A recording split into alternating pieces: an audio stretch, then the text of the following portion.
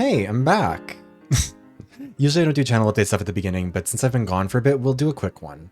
I mentioned it a couple times in community posts and stuff, but in case you missed it, I had to take a break because I had to go get some surgery done, which is why I haven't published anything for like a month and a half. However, that doesn't mean I haven't been building up a backlog of videos that I need to make. My channel members have still been voting on new videos during my break, and this is the first of 3 they've picked for me that I'm working on. The next one is going to be a defensive V3, which is going to be an inescapable length video making the case for Danganronpa V3 that should be out at the end of November. And the one after that will be C9 and how gamers construct language. That'll be out in December, so keep an eye out for them.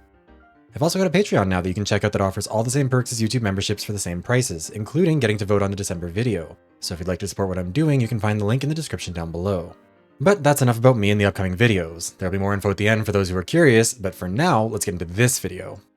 Microtransactions and character design are both topics I've talked about a lot on this channel. 10% of my videos are explicitly about one of those topics or the other, and you could probably make the argument that there are even more that are at least tangentially about them. However, something I haven't really touched on before is specifically how these subjects affect one another. As live service free-to-play games become increasingly common, the relationship between the microtransaction model and character design is becoming increasingly clear, and I would argue that it hasn't been a positive relationship.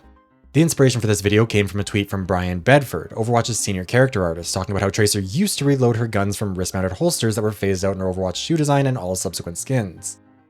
If you've never noticed that those were holsters, congratulations, you've touched on what Brian thinks is a primary reason for this. Namely, it's a very small detail, but it's one that adds a lot of extra work whenever future skins are being developed for her, particularly now that mythic skins are being added. As a result, it's easier to just scrap them and move on without it. And that really got me thinking. How much does a microtransaction-funded model really influence the kinds of character designs we get? Overwatch is an especially useful case study here because we can not only see how the designs of new characters have changed over time, but also what changes Blizzard made when they had the chance to reset everyone's base designs with Overwatch 2 when they changed the monetization model. So, how are microtransactions hurting character design? Part 1. Color, context, and constraints. It's important to start out by acknowledging that every character's design is going to be influenced by its context, and the easiest way to demonstrate that is with color. For example, Mario is red and Luigi is green, complementary colors that allow for a palette swap that keeps them both very distinct, but also still very obviously connected to each other, which was especially important in the early days when they were 10 pixels each on a 12-inch screen. Wario and Waluigi are meant to be counterparts to them, so they have their own set of complementary colors, yellow and purple. This is color being used for utility. This allows you to give multiple characters very similar designs even in low fidelity contexts because you can use clearly contrasting colors to distinguish them. This sort of thing is really common in party games. Fusion Frenzy has unique designs for each character, but still gives them all a distinct color so that they and their objectives can be identified even at a long distance or while in a vehicle. Games like Goose Goose Duck and Among Us similarly use colors so that it's possible to identify players at a glance despite otherwise having identical designs. You can also use color to communicate something about a character, either in terms of their personality or their abilities. A blue color scheme might communicate that a character is a good guy in contrast with red, which is often used for villains. It also might communicate level-headedness, contrasted again with using red as a way to communicate hot-headedness. However, blue might have nothing to do with personality and everything to do with ability. You might use blue to communicate that a character uses ice powers, or water, or electricity, or magic depending on context. Because again, all of this is influenced by context. A huge amount of Mortal Kombat characters were initially just straight palette swaps of one another, with Sub-Zero, Scorpion, Reptile, Rain, and Ermac all being male ninja palette swaps, and Melina, Katana, Tanya, Scarlet, and Jade all being female ninja palette swaps. And the colors weren't always used to indicate the same things. Sub-Zero uses ice powers, so he's blue. Rain uses water, but blue's already taken, so he was given purple. Not to communicate abilities, but to communicate his backstory as a noble. And also a prince joke. Melina is likely purple because purple often represents corruption, as Rasputin talked about in his video on the subject, and Melina is literally a corrupted form of Katana. Katana's blue, and blue is often a color used to indicate both purity and mourning. Katana mourns the death of her homeland, Edenia, and is also the pure version of Melina. Jade's green, and it's probably entirely down to the fact that her name is a green stone. But Reptile is green because he's, well, a reptile, and also relies on poisons and venoms for a lot of his attacks. Scarlet and Ermac are both red, and coincidentally both represent a character formed out of many others. Scarlet, at least in the original canon, was created out of the blood of countless fallen soldiers, while Ermac was created out of fallen souls. To some extent, this not only simplifies character design, but also makes games more accessible. Even without playing a specific game before, if you see a character wearing blue, you can make some immediate inferences about what they can do. I mean, unless you're colorblind. Color can be a super useful shorthand for people who can see it, but the more you rely on a single way to indicate a character's identity, their personality, their abilities, the worse the design is for anyone who can't use it. Mario and Luigi relying on red-green contrast makes sense for people who can see red and green, but if you can't see one or both of those colors, what good does it do for you? If you're fully colorblind, party games like Fusion Frenzy or Among Us or Goose Goose Duck immediately become nightmare difficulty games. And even when games try to add in accessibility features or colorblind features, they can be pretty hit and miss. As a result of more developers becoming aware of accessibility issues, this is improving, but again, it's worth remembering how much context matters here. And how we both understand and prioritize accessibility in games as a society is part of that context as well. All of this to say that there are a lot of contextual factors that influence a character's design, and most of these apply regardless of the medium. Whether it's animation or live action, video games or TV shows or movies or comic books, character design is influenced by the limitations of the medium's production and presentation, the fidelity of the final product, cultural understandings of things like shape and color language, and how other characters both in the same piece of media as well as in broader media ecosystems have used character design elements in a way that might limit or expand what any of those elements communicate about your character. However, when we're talking about character design in the era of microtransactions, there's a new aspect we have to consider. Part 2. Junkrat is a digital Barbie doll, and here's why. See, the problem with microtransaction-based character design isn't actually a new one. It's an old one that gaming is just finally catching up with, and it's easiest to explain through Barbie. The appeal of Barbie is that she's one doll who can wear a million different outfits. As the slogan goes, she can be anything, she's a Barbie girl. However, that's not really true. For one, she can't be anything unless it can be profitable for her to be that, and if it doesn't hurt her brand. If no one wants to buy Uber Driver Barbie, then Uber Driver Barbie doesn't get made. And even if people might buy Bartender Barbie, Mattel doesn't necessarily want Barbie to be associated with that, so they probably wouldn't greenlight it. For another, she can only be something that doesn't require her original proportions to change. That's kind of the whole point. Every Barbie outfit is in Barbie's size, but if it's not in Barbie's size, Barbie can't be that. Now, character design in games has almost always meant constant iteration between installments. Aside from the very rare exceptions like Mario, characters will frequently get pretty massive overhauls to their appearance between games in a series like Mortal Kombat. Not every character changes dramatically each time, but many, including all those ninjas from before, regularly get a new look every few years. To keep up the Barbie analogy, this is less like getting a new outfit for Barbie and more like designing a brand new doll with new proportions and creating new outfits or tailoring old ones to fit them. Importantly, in a non-live service game, it's pretty well understood that a character doesn't have one set design. At least when it's like a series. They're expected to change it up at least a little from game to game, and so aside from maintaining some core fundamentals of a character's design, little is inherently permanent. Melina might have a base skin or a default skin in each game, but if you were ever tasked with defining the base design of Melina, something that everything else builds out from, you wouldn't be able to get consensus from people. Compare that to, say, League of Legends, where a set objectively does have a base canon skin that exists and persists throughout everything else he does. It's also always been fairly common for games to ship with alternate costumes for characters, which I guess in this analogy is like buying a Barbie doll with 3 or 4 outfits in the box. Microtransactions, then, are like buying new outfits for a Barbie doll, or in the case of Overwatch, 40-odd distinct Barbie dolls that can't share outfits. And you might think, okay, and what's wrong with that? And that's a more complicated question to answer. In theory, there's nothing really wrong with this, provided you think the same model with Barbie dolls is fine. However, something I think we've all learned over the last decade or so of games monetization is that there are a lot of really scummy monetization models that are actually being used against kids already. Pokemon cards are just old school gacha, and Barbie is just old school microtransactions. And look, just like with most bad things, you can probably assign at least some of the blame for this to Ronald Reagan. Barbie predates Reagan's presidency by 20 years, and Pokemon is a Japanese company, but both of them, like all other children's programming in the last 40 years, has been massively influenced by Reagan's deregulation of children's media, allowing advertisers to advertise directly to them, including through making TV shows that are just 22-minute ads. That's why basically all children's programming is based around them selling toys, whether it's Transformers or My Little Pony or Bratz or whatever else. Nothing gets made unless it can be turned into a toy, and the more toys it can be turned into, the better. The Pokemon anime was basically just an advertising series for the TCG and video games, and Barbie has a million movies and TV shows that do the same that wouldn't have been allowed before those reforms. But that's not really relevant, is it? We're not talking about the morality of this monetization model, either for Barbie or for Overwatch. We're talking about quality here. This video is arguing that this model, regardless of its ethical issues, is harmful for character design. You might think the model is good or bad, but that's a separate question from the one at hand. And this is part of what can make a topic like this hard to discuss. It's really easy to end up on a tangent that feels relevant, but really ultimately isn't. So I want you to set aside your feelings about the ethics of a microtransaction-based monetization model in gaming, whether that's in the form of loot boxes, battle passes, in-game shops, or whatever else. We're focusing on how this model makes character design worse. And that brings us to the next section. Part 3. Pay for pretty. The first main sin of microtransactions in terms of how they hurt character design is simple. If you're trying to sell cosmetics, you have to give people an incentive to spend money rather than sticking with the default. How do you do that?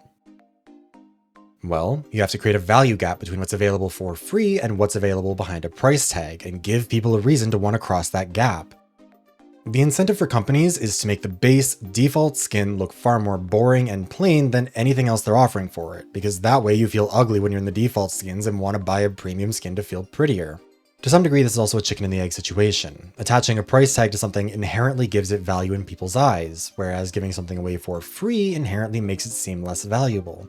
The base cosmetic might be genuinely really nice character design, but it's not unique or valuable. Everyone has it by default for free, meaning you're not unique for having it and you don't look any prettier than anyone else. And this isn't an inherently bad feeling to take advantage of. This is a big part of the idea behind school uniforms, to standardize what kids are wearing as an equalizer. School uniforms are often unflattering by design because they're not meant to highlight who looks better than who. They're meant to obscure that and level the playing field so people can focus on school instead of who's got the most expensive brands or whatever else. However, school uniforms don't allow you to pay $20 for the legendary school uniform where you get to be dressed as a cyberpunk student, and that is the difference. By creating an Overwatch uniform for each hero, you're assigning values of free and default to those skins, values that nobody really actively wants to embody. However, it's not so simple. Overwatch can't just put its new heroes in burlap sacks and call it a day. They need to create a character that has a good base design, but in a way that isn't so good that it can't be easily and repeatedly one-up by $20 store legendaries they'll sell later. Genji has a good character design, but once you see all his legendaries, it's really easy to see where they held back in his base design so they had room to work with in the skins they plan to throw in loot boxes, battle passes, and later the shop. There's also an element of effectively paying characters to strip. Female characters will often be pretty covered up in their base skins, with more revealing outfits available with a price tag attached. And that's also becoming more true for male characters too, with Lifeweaver being the most obvious example. That creates a weird set of incentives to make your base skins more conservative, at least again in terms of skin showing, so that people who are horny for your characters, which in the case of Overwatch is a lot of people, are incentivized to spend money on the ones where there's a little bit more of that skin showing. To be clear, I'm not saying every skin is like this. Plenty of legendary skins are still just as covered up as the base skins after all. What I'm saying is that this is one of the many ways the character's design is being influenced by microtransactions. There is an incentive to make a base cosmetic feel like it's lacking in one aspect or another that a player might value. And sex sells, so why would you give sex away for free? You can't get Cassidy's treasure trail for free, you gotta pay for that shit if you want it. And a lot of people want it. But again, that's only one aspect of a character's design that a player might value.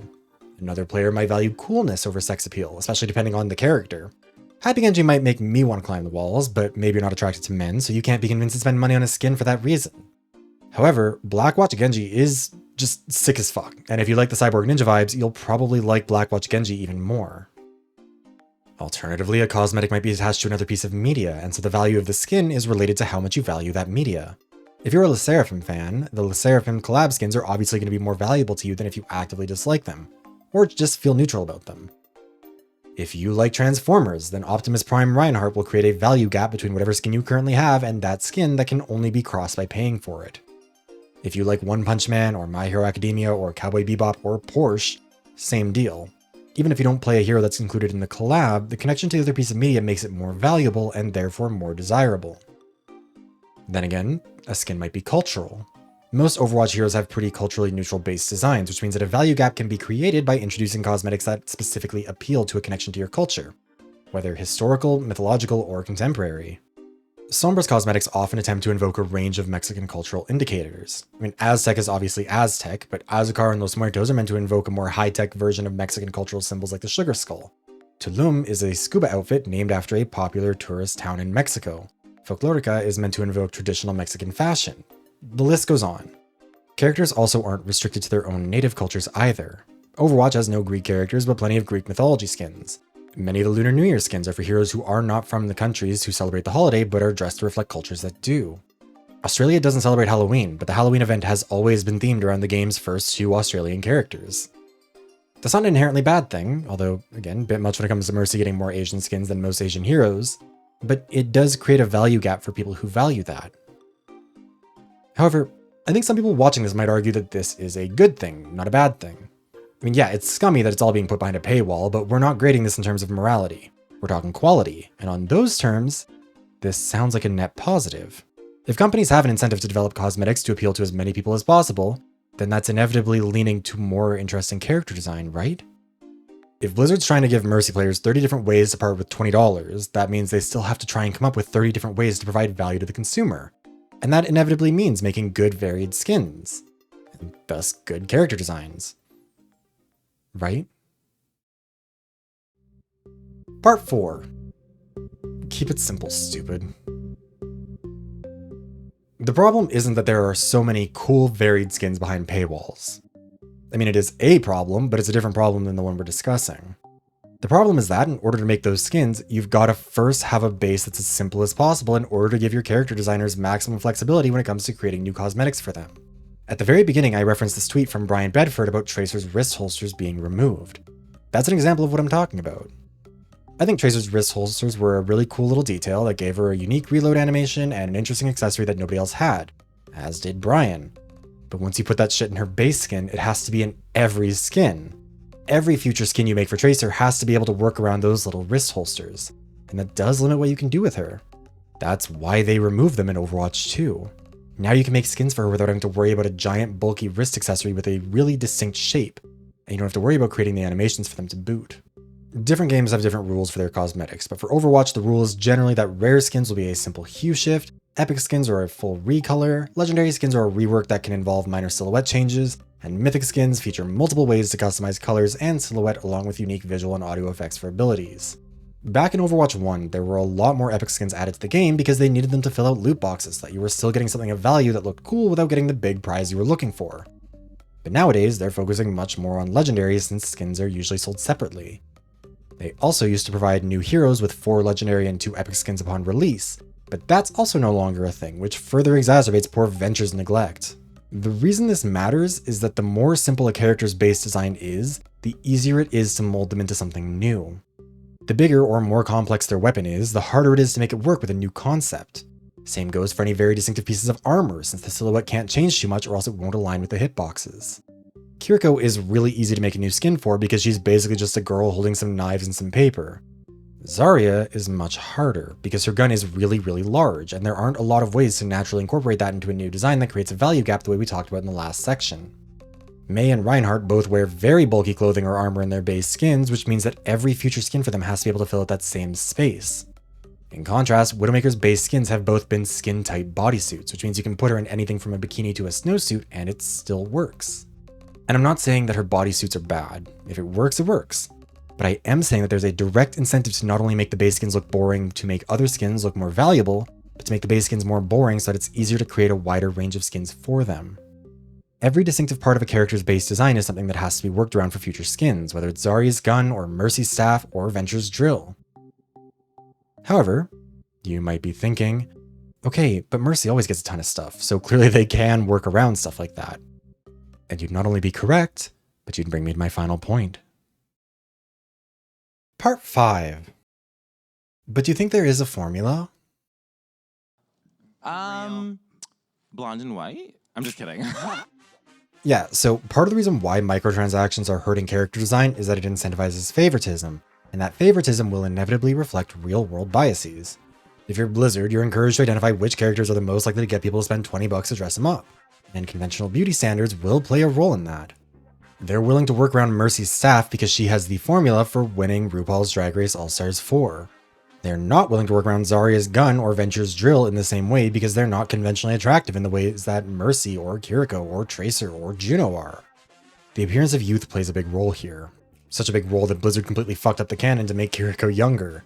And it's a big part of why Sojourn and Ana aren't going to get the same skins as Widowmaker or Mercy. Colorism also plays a big role here too. Darker skinned heroes broadly get neglected compared to lighter skinned counterparts.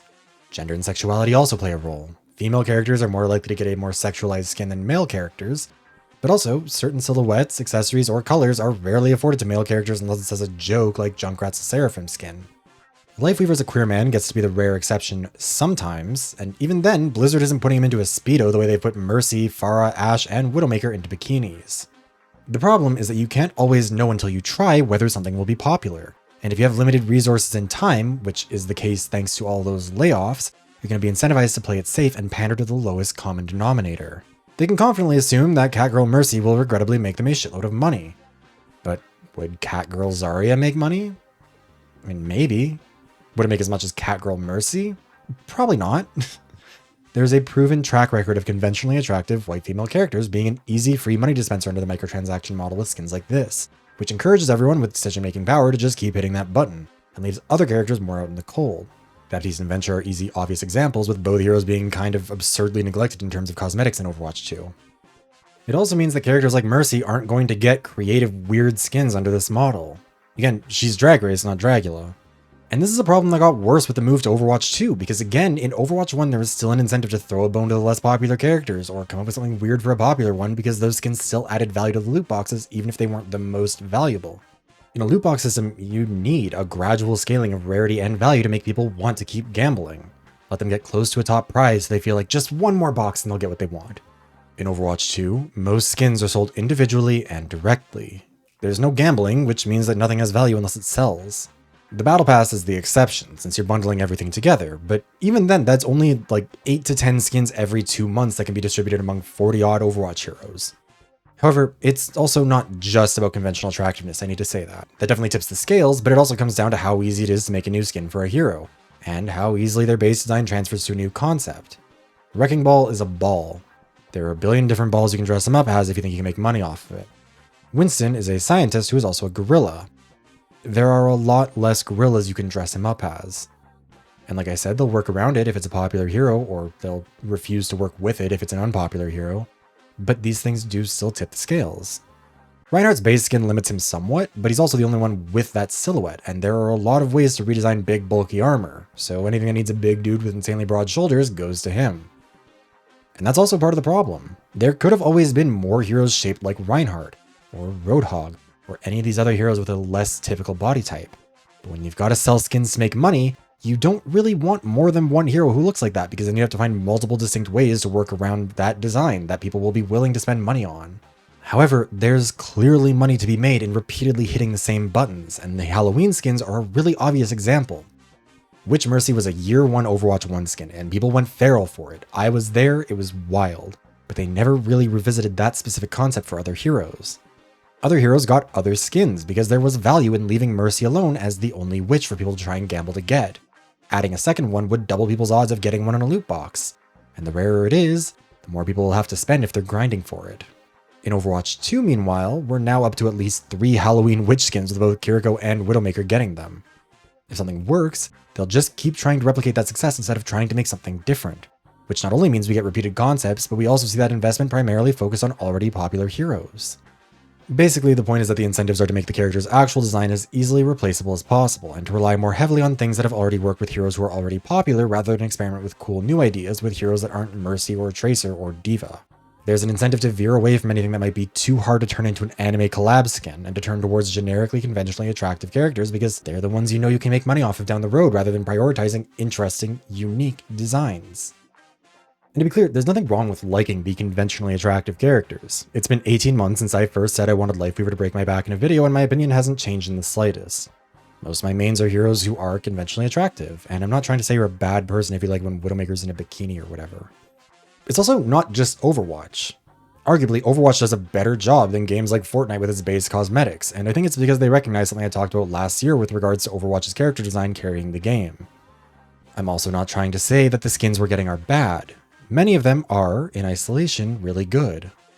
The problem is that this approach to monetization narrows how companies are willing to approach character design. That's how it's hurting character design. Barbie's a blank slate. She's meant to be able to be anything, but that means there's very little she can inherently be. And that's fine for Barbie, but Overwatch heroes aren't supposed to be blank slates. They're characters with backstories and personalities and worldviews that their base designs are supposed to reflect. But microtransactions incentivize companies to compromise on that if it means it's easier to give the character a cute Halloween costume that'll make $1 million. Not only does it narrow the scope of what a character's base design can be, but it also narrows the kinds of cosmetics that can be offered for sale because the company is trying to scientifically determine which concepts and characters can be combined to make the most money. And if it's a proven fact that people will spend $20 on a witch skin for Trinity the Tuck, then they'll make more of those skins. As a result, they're less likely to try and make a Zarya skin if it's an either-or situation. And since they don't make those skins, they don't know how a new one would sell the next time they have to make that decision. So they're just gonna fall back on what's guaranteed. The simple version of this argument that would have made this a 30-second video is just that the incentives of capitalism are in fact antithetical to art. But a shocking number of people don't like it when I say that up front, even though it's objectively true, and also I can't run mid-rolls if I give you the simple version. One of these days, the problem with modern gaming that I talk about in a video won't be capitalism, but today is not that day. Thank you guys for watching. If you enjoyed, be sure to like, comment, and subscribe. And if you didn't, also be sure to like, comment, and subscribe, I guess. Also, consider supporting me on Patreon or on YouTube as a channel member for $5 a month if you want to help fund the channel and get a say in what kinds of content get made. As mentioned at the start, every month, and sometimes twice a month if we're lucky, my channel members get to vote for a video they want me to make. And this was the first one they picked for October out of these 5 topics. Then, as a donathon reward, they got to vote for a second topic in October, and they picked In Defense of V3, which will be a big, long video along the lines of the Your Turn to Die and Inescapable videos covering Danganronpa V3 that I am very excited to put out at the end of the month. Finally, for the November poll, they picked C9 and How Gamers Construct Language out of these 5 topics, which will be coming out in December. Finally, there's going to be one more Members' Choice video in 2024 in December, and we'll be making some changes for it. First of all, our topics are Drag Race and the Death of Competition. A returning topic from the October bonus poll, this video would be about how competitions die competitive deaths, using RuPaul's Drag Race as the case study into how a strong competitive format can be weakened over time. Why everyone agrees that sound's important. A returning topic from July, September, and November, this video would explore not only why sound design and music are so important in gaming, but why it seems like nearly everyone agrees on that. Mythical Pokemon were a bad idea that's only become worse with time. A new topic for December, this video would be about my long-standing beef with Game Freak for creating a category of Pokemon that I, someone who grew up in rural Alberta, would literally never get to access legitimately, and why I think mythical Pokemon somehow managed to suck even more as a concept over time. Stop changing the game for the sake of changing it. Our final new topic for December, this video would make the argument for an end to balance changes, or at least a significant curtailing of them, as a way to actually improve competitive games. Now, if you've been around for a while and are numerically literate, you might notice that we're dropping from 5 to 4 topics. I've had some time to think about it, and after a year of the current system, I think it's time to make some changes, and that's the first one. Too many choices mean that too many good topics end up getting eliminated and create some choice paralysis and split votes, and I think dropping to 4 will help with that. The second one is that we'll be doing ranked choice voting through Google Forms for it in the future instead of doing a 2-round vote through YouTube and Patreon, because as much as it's easier to keep it on platform, members have made it clear that they felt they couldn't communicate their full preferences under the current system. If you're a channel member, be sure to keep an eye out for more info when the poll starts in December, and if you're not a member, consider becoming one at youtube.com/@thevivaros/join or patreon.com/thevivaros, links are in the description, for just $5 a month. Lastly, thank you very much to all my channel members. At the $25 Elite membership tier, thank you to Jules Coolness. At the $10 Premium membership tier, thank you to Tortoise and Ange Tenar. And at the $5 channel membership tier, thank you to Minnie Q, Cage the Orc, Fish Toast, Alex Stone, Nemo the Survivor, Destiny, Yoshi of the Wire, Catlover192, Cadence, Windex the Great, V, Deleathers, Gavost, Marsh Alice, Crimson Cyclo, Good Guy Luis, Corey, Hallucigeno, MV, The Only Enigma, Hazmat Bad at Games, Mariah, Amon Dodley, Meep Cubed, Noisy Pitta, Michaela Ketcherside, and Strogman. Whether you're a channel member, a subscriber, or you just clicked on this video out of curiosity, thank you very much for watching, and I hope I'll see you around again soon.